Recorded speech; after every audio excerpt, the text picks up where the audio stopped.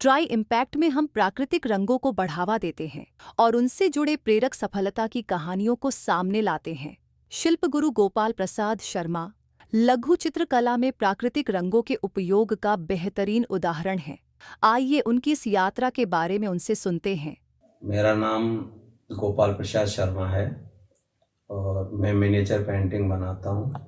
मेरा जन्म बिजोलिया ज़िला भीलवाड़ा में हुआ और सन 80 से मैं जयपुर में हूँ और इस कला क्षेत्र के अंदर काम कर रहा हूँ। मिनिएचर पेंटिंग्स के अंदर पेंटिंग्स में मैंने सभी शैलियों के अंदर काम किया है और ये पेंटिंग्स का काम जो है हुनर मैंने मेरे पिताजी से सीखा। मेरे पिताजी मेरे गुरु हैं और हमारे पूर्वज जो है वो बिजोलिया राजघराने के राजमिस्त्री पद पे हुआ करते थे, जिनको गर्दर बोला करते थे और उन्हीं से ही ये कला जो है ना मेरे अंदर आई और मैं शोध करता रहता हूँ इन कलाओं के ऊपर पेंटिंग के अंदर।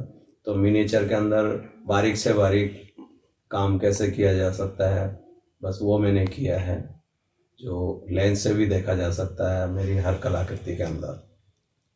और मैंने हिंदुस्तान की सभी शैलियों के ऊपर काम किया है, जैसे मिनिएचर पेंटिंग में जैसे राजस्थान की राजपूत शैली, कोटा शैली, बूंदी शैली, मेवाड़ शैली, किशनगढ़ शैली, जयपुर शैली, तो ये सभी राजपूत शैलियाँ कहलाती है और इनके ऊपर मैंने बहुत शोध किया और काम किया है, पेंटिंग बनाई है और हर पेंटिंग के ऊपर मुझे अवार्ड भी मिला है।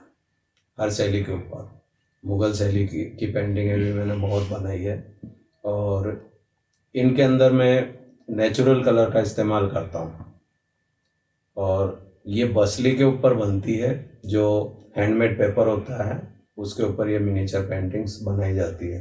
जो हम हाथ से ही बनाते हैं वो बसली को चिपका करके पुराने कागज़ को से भी बनती है और नए कागज़ की भी वो हैंडमेड पेपर हमारे यहाँ सांगानेर में बनता है, तो उस पेपर के ऊपर भी हम पेंटिंग बनाते हैं। और नेचुरल कलर में स्टोन कलर होते हैं, जैसे खड़िया पत्थर से हम कलर बनाते हैं, उनको घोट करके पीस करके और छान करके इस तरह से वो बहुत बारीक कलर बन जाते हैं, तो वो नेचुरल कलर हम लगाते हैं, जिसमें प्याउड़ी के भी 2-3 तरह के शेड आते हैं, वो कलर लगाते हैं हम। दाना फ्रंक लगाते हैं, सिंगरप लगाते हैं, देसी लाल लगाते हैं, गोंद का पीला कलर होता है और रसोद होता है और दाना फ्रंक होता है। ऐसे बहुत सारे कलर होता है। ब्लैक कलर हम काजल से बनाते हैं, तो जैसे वो दीपक का जो काजल होता है ना, उससे बनाया जाता है, तो वो कभी फेड नहीं होता कलर, और उसमें गम मिला करके थोड़ा सा और उसमें उसको कलर को हम लगाते हैं, तो वो फिनिशिंग में काफ़ी अच्छा काम आता है, तो वो कलर हम काम में लेते हैं। इसके अलावा असली सोना काम में लेते हैं हम, तो सोने के वर्क होते हैं, तो सोने के वर्क उनको पेस्ट करके भी बनाते हैं हम पेंटिंग के अंदर और उसका कलर बना करके लिक्विड कलर बना के ब्रश से भी हम लगाते हैं। तो जो ब्रश से लगाते हैं वो बहुत फाइन चलती है, मतलब बहुत बारीक रियल गोल्ड का कलर होता है, तो वो हम इस्तेमाल करते हैं। ये सारे कलर हम ओरिजिनली काम में लेते हैं पेंटिंग्स के अंदर। जो आपने ये बताया कि गोल्ड को लेते हैं और ब्रश से भी करते हैं, तो उसमें आप किस तरह से उसको पिघला के नहीं, उसका पेस्ट बनता है कैसे? हाँ, ये सोने के वर्क तो बाजार में मिल जाते हैं जी। हमको, तो सोने के वर्क को फिर हम जो है ना हाथ से घोटते हैं, मतलब एक थाली लेते हैं, थाली के अंदर जो है ना सोने के वर्क को ऐसे लेकर के गोंद के साथ में उनको पीसा जाता है और फिर मतलब करीब 2-3 घंटे उसकी पिसाई होती है। काफ़ी वर्क होता है, 150 वर्क एक साथ घुटते हैं वो। फिर उसके बाद में जो है उसका कलर बन जाता है, वो लिक्विड हो जाता है, फिर उसका पानी निथारते हैं, जिससे कि वो गोंद वगैरह सब निकल जाए और प्योर गोल्ड का कलर रह जाए।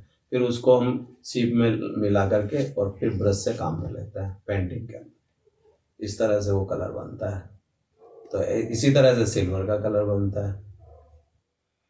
बहुत बढ़िया गोपाल जी।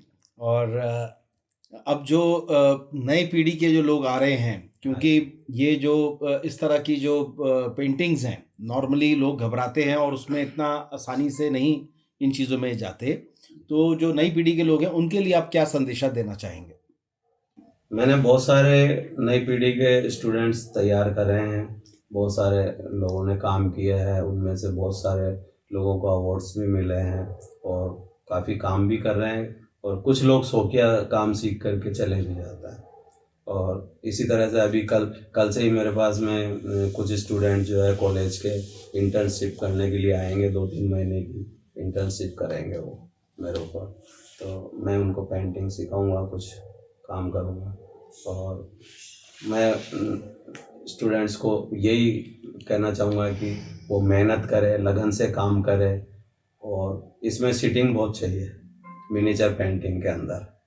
जितना आप ज़्यादा से ज़्यादा मेहनत करोगे, लगे रहोगे काम में, उतना ही ये काम निखरता जाएगा और आता जाएगा। आपने बताया कि जो आप नेचुरल कलर इस्तेमाल करते हैं, वो ज़्यादातर स्टोन से लेते हैं। हाँ जी। नॉर्मली ऐसा माना जाता है कि भी जो नेचुरल कलर्स होते हैं, खास तौर से जो कपड़े पे डाले जाते हैं, वो उनकी फेडिंग हो जाती है, उनकी फास्टनेस अच्छी नहीं होती। तो क्या ऐसी कोई प्रॉब्लम आपको इसमें भी आई? नहीं, हमारे कलर कभी फेड नहीं होता है, क्योंकि वो नेचुरल स्टोन से लिए जाता है कलर, तो वो एज इट इज हमेशा 100 साल तक भी वो कलर ऐसे के ऐसे ही रहेंगे। मतलब क्योंकि जो स्टोन का कलर होगा वही तो कलर हम लगा रहे हैं, उसमें कुछ मिलाते नहीं हम ऐसा, तो वो कलर एज इट इज वैसा का वैसे ही रहेंगे। और वेजिटेबल से, इनसे भी, फूलों से भी कलर बनते हैं हालांकि, तो वो भी हम इस्तेमाल करते हैं। जैसे ये जो कलर है, हरी प्रिया का जो पौधा आता है, उसके फूल आते हैं, उसके बड़ा अच्छा पीला कलर निकलता है, येलो कलर, वो भी हम इस्तेमाल करते हैं पेंटिंग के अंदर। क्या इन कलर्स को फिक्स करने के लिए भी कुछ और चीज़ इस्तेमाल की जाती है? नहीं, खाली इन कलर के अंदर हम गोंद मिलाते हैं, गोंद मिलाते बबूल का गोंद मिलाते हैं हम थोड़ा सा, जिससे कि वो मतलब अच्छे से लगे रहे। और बाकी कलर लगाने के बाद में बसली के ऊपर फिर पीछे से हम हकी पत्थर से उसकी गुटाई करते हैं, मतलब ग्लास के ऊपर रख लेते हैं या ग्रेनाइट के ऊपर रख लेते हैं, और फिर पीछे से उसकी गुटाई करते हैं ना, तो आगे से वो कलर जो है वापस स्टोन की तरह चमकने लगते हैं। फिर उसमें कलर से फिनिशिंग दे देते हैं और पेंटिंग बन जाती है, तैयार हो जाती है। बहुत खूब, बहुत बढ़िया। शुक्रिया, शुक्रिया धनपाल जी। धन्यवाद, नमस्ते।